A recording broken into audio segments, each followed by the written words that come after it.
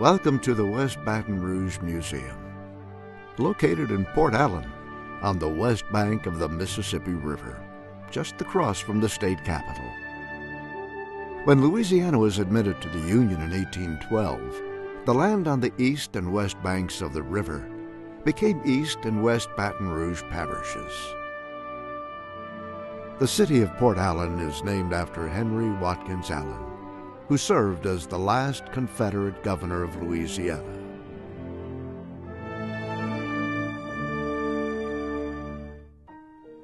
A museum is a treasure house, filled with stories from the past.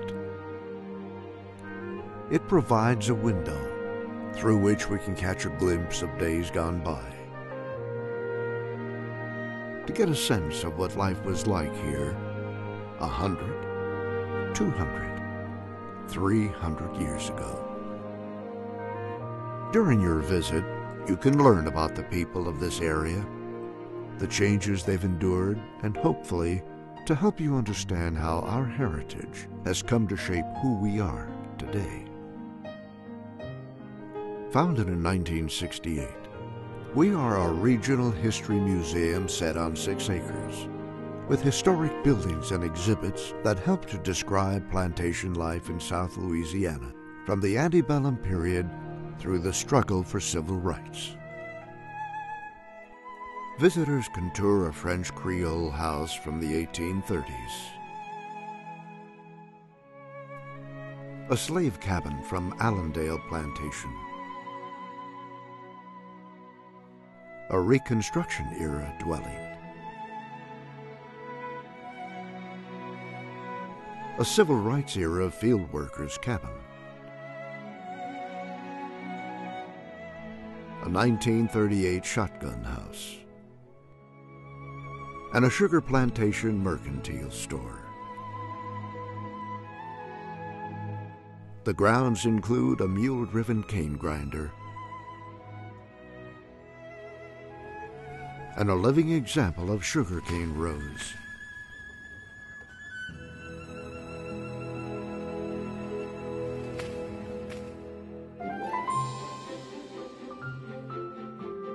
Our main building is filled with galleries and dynamic exhibits that offer a sweeping view of our history, from the time of the Native Americans and European explorers to the current day.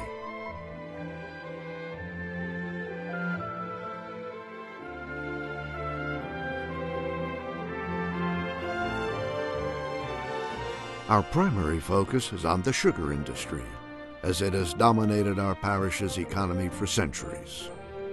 Visitors enjoy the narrated 22-foot mechanical model of a sugar mill built in 1904.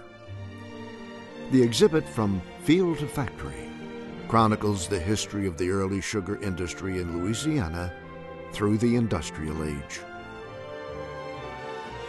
Sugar Stories features audio tape recollections about the parish from the people who lived here. Then there is so much you don't see. We are constantly working on changing exhibitions from the permanent collection held at the museum. It contains over 6,500 photographs and objects of historical significance and continues to grow.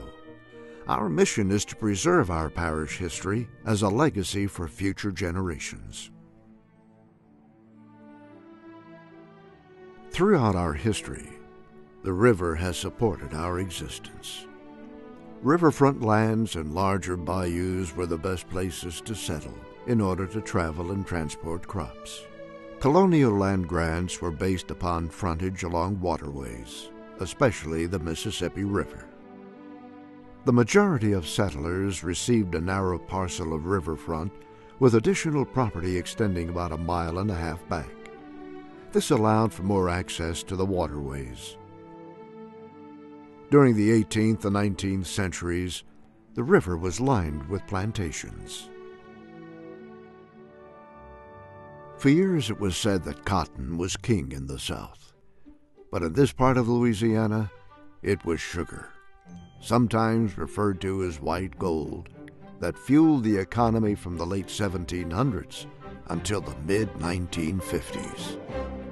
During the antebellum period, almost all of the sugar grown in the United States came from Louisiana.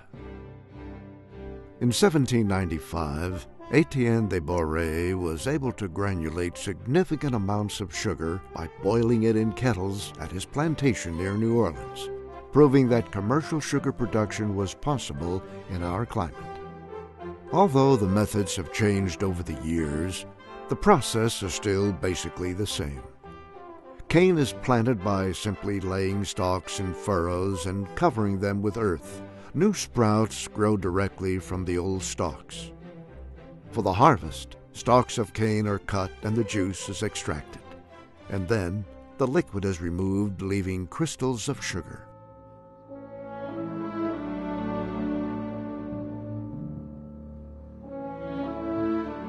In the earliest days, sugar was produced on large plantations with on-site grinding.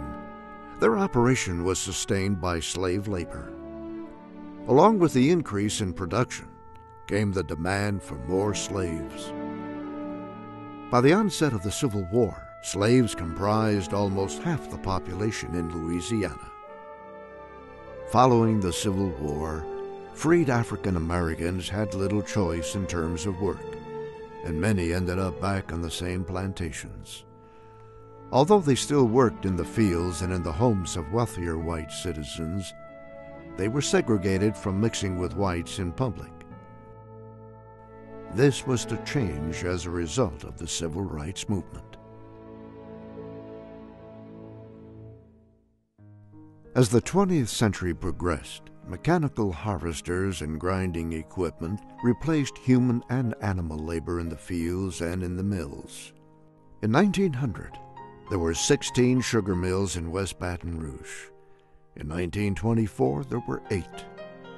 And by 1976, only 2 remained. The last mill in West Baton Rouge Parish closed in 2005.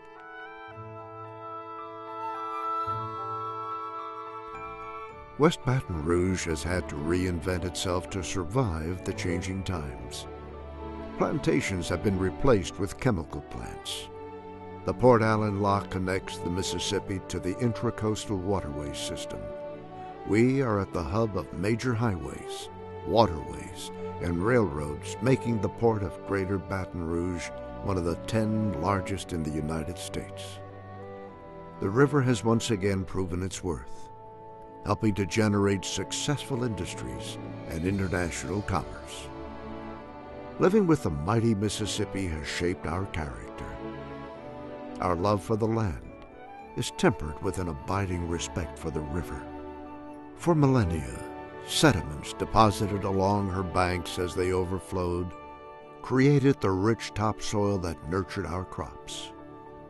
The same floods that built the land would also wash it away. Throughout our history, we have learned to adapt, to regroup, to rebuild. It has made us a strong, resilient people.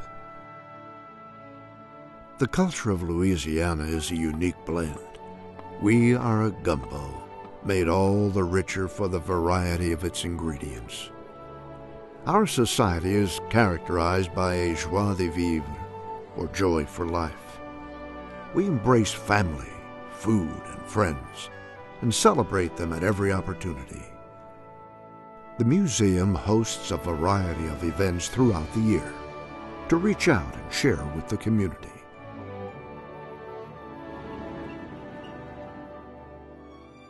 We thank you for taking the time to visit and hope you'll be enriched by the experience.